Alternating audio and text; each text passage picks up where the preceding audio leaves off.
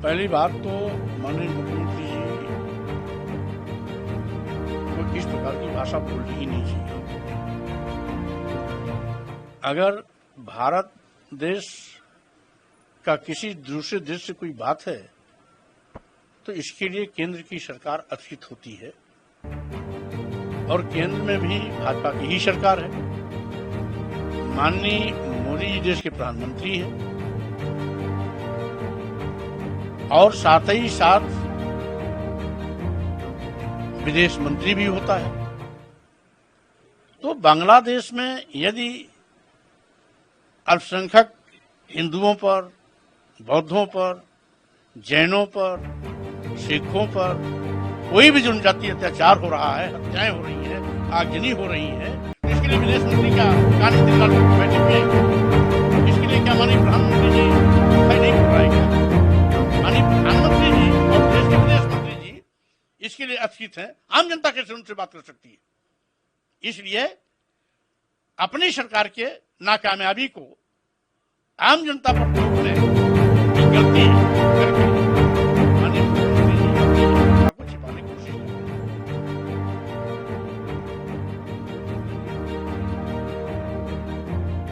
इसके लिए भी भाजपा की सरकार जिम्मेदार है। आज भाजपा की सरकार में जिस तरीके से अनुसूचित जात, अनुसूचित जनजात, पिछड़े वर्गों के साथ सौतोला व्यवहार हो रहा है, आरक्षण पर डकैती डाली जा रही है, मनमाने तरीके से आरक्षित पदों पर सामान्य वर्ग के लोगों को नियुक्ति पत्र दिया जा रहा है, अंधा बाटे रेवड़ी अपने अपन को दे करके जिस तरीके से आरक्षण के लोगों को बड़े बड़े पदों पर स्थापित किया जा रहा है, ये कौन नहीं जानता है कि बांटने वाले लोग आज दूसरे पर बांटने की जोहमत कर रहे हैं। वोट लेने के लिए हिंदू और आरक्षण पर डकैती डालने के लिए हम हिंदू नहीं हैं। हमारे आरक्षण को खत्म कर रहे हैं, उसमें हम हिंदू नहीं होते क्या? अनुसूचित जात, अनुसूचित जनजात, आरक्षण लागू करने के बाद जो लोग समाज को बांट रहे हैं वही समाज को बांटने के नाम पर रोना रोना बंद कर दें। पहले अपने को पाक साफ बनाए।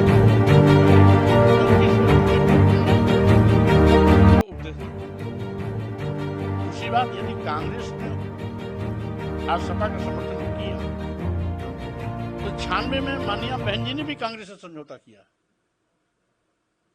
तो 95 के बाद 96 आता है। यदि 95 में कांग्रेस ने यह पाप किया था तो मानिया बहन जी को 96 में बहुजन समाज पार्टी कांग्रेस से तालमेल नहीं करना चाहिए था। और फिर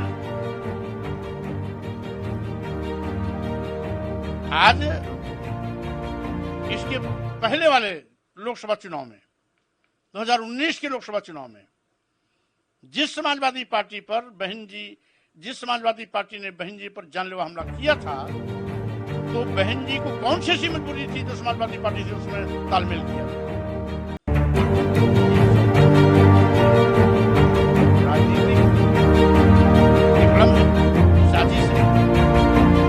और जब मानिया बहन जी ने खुद उसको जस्टिफाइड कर दिया, समाजवादी पार्टी से समर्थन से तालमेल करके, गठबंधन करके 2019 के लोकसभा चुनाव में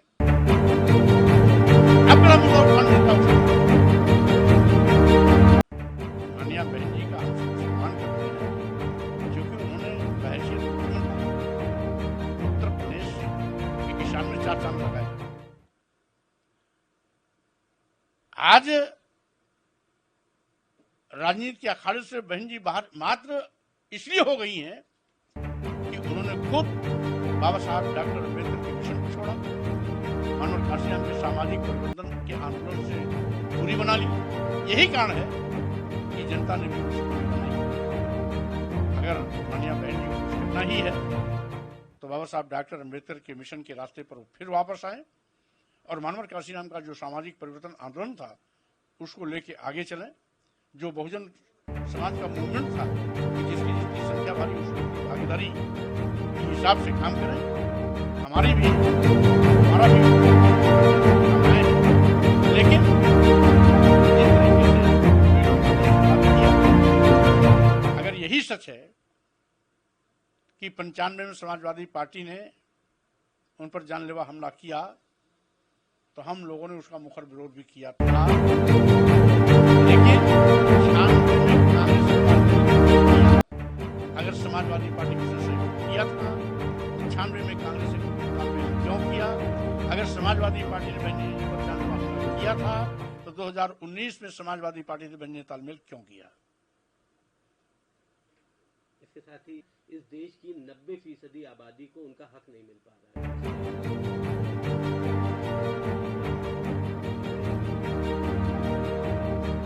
राहुल गांधी जी एक बार बोले होंगे, मैं तो रोज बोलता रहता हूं। इस देश में 90% लोगों के हक पर डकैती डाल करके 10% लोग बैठे हुए हैं, और साथ ही साथ केवल बोलने से बात नहीं बनती। भाजपा के पहले कांग्रेस की सरकार थी, जातिवाद गणना क्यों नहीं कराई?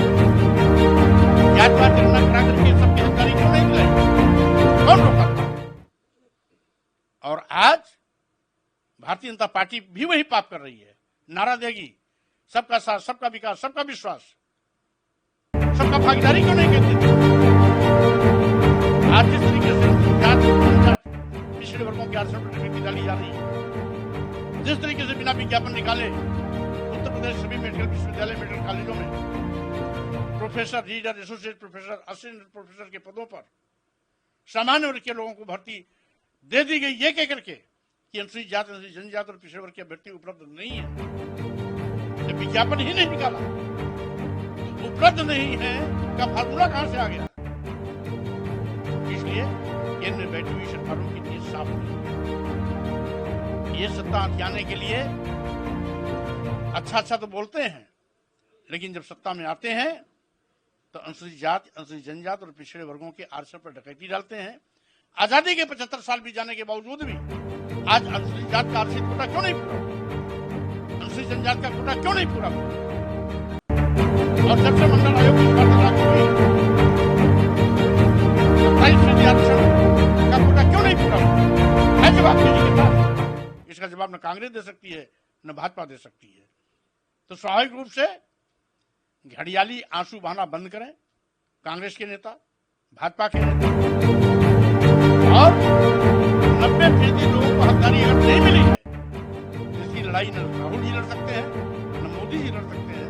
ये 90% आबादी जिस दिन ठान लेगी, सड़क पे आएगी, इन सबको सत्ता से बाहर भी करेगी और साथ ही साथ अपना हक भी लेके रहेगी।